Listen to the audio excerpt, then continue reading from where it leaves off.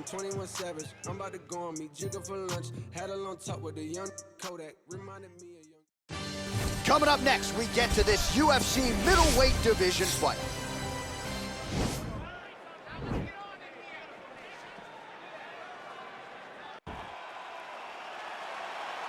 Ready? You ready to fight?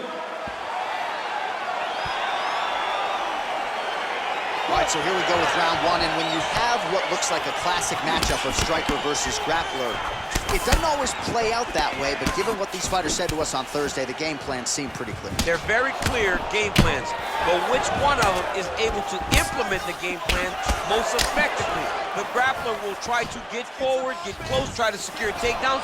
He's even willing to pull guard to make sure that he is in the grappling situations. The striker needs to stay in space. The striker needs to maintain distance and fight behind that beautiful jab he possesses. He's hurt. Serve him up. Go get him. Now goes in and secures the takedown.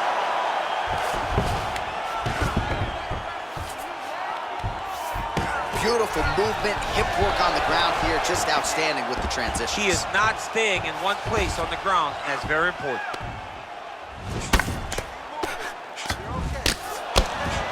Now he's on top of him looking for the finish.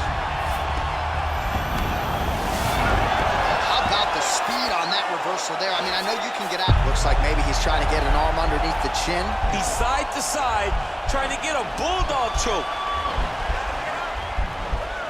Oh, nice.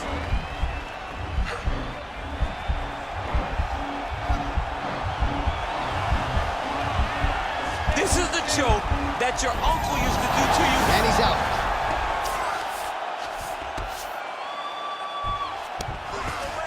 Close guard.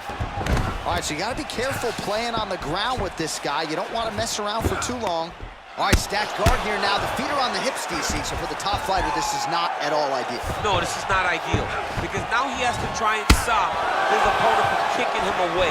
How do you do that? You attack the feet. You start grabbing the feet with the hands, lead with your hips, grab the feet with the hands, pass the feet to the side, and start to lead with your knee to try to get in the side control. Just over 20 total strikes already have landed for Kelvin Gaston. Well, we talked about that reach advantage as you see him land the straight punch there. Great job using his length in that situation.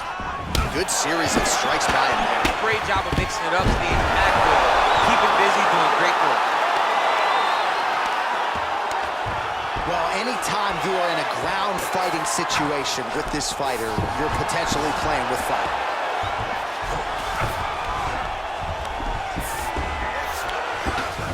"45 seconds remain in the round." All right, inside his opponent's guard here, DC. Oh, it looks like he's transitioned to an armbar. Yeah, he's trying to switch over to get an armbar. He's going to be on his opponent to try to chase him. You got to be careful, armbar.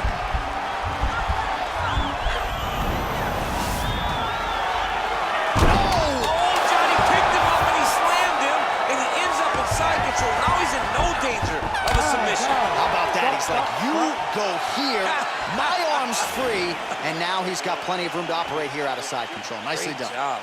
Listen, he can't take a punch, man. Do some dirty boxing or whatever. He can't take a punch. Well, he had a lot more than a puncher's chance coming in. Big knockdown for him in the previous round. DC, talk us through the highlight.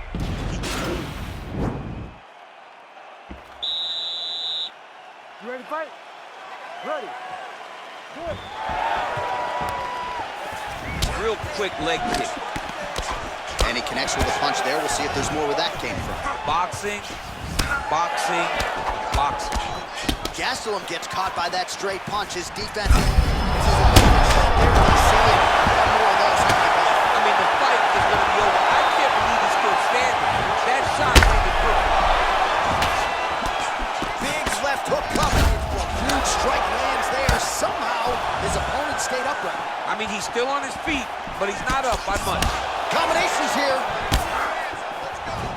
That is a huge shot right there, DC. You don't want to eat too many more of those. No, and he needs to start looking to finish now because he's got his opponent hurt very bad. Oh! What a fantastic strike to throw at the exact right moment. He deserves this moment. Go finish his fight. All All right, so inside the open guard of his opponent. You got to be careful playing around for too long here on the ground with this guy.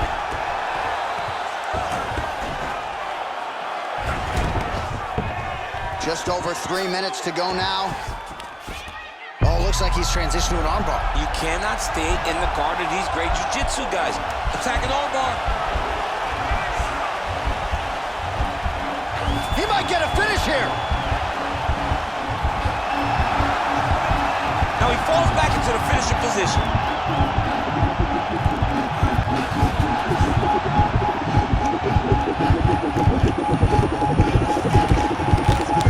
There it is. So he taps out due to the arm bar tonight. High-level grappling there. I mean, he had to tap. If he did not tap, this man is not opposed to snapping his arm. Right. Sometimes it's better to live to fight another day. But hats off to this fighter on a great submission victory. He's done. He's done. Oh, my goodness. What a fight. Yeah, that is some high-level Brazilian jiu-jitsu right there. Just the way he transitioned to secure the arm up against his body and ultimately force the tap. High-level stuff out of that young man here tonight. All right, let's take a look back at the replay as he gets it done by submission tonight, champ. Just watch how slowly he approaches the submission, though. He never rushes. He takes his time, but it's his trickiness.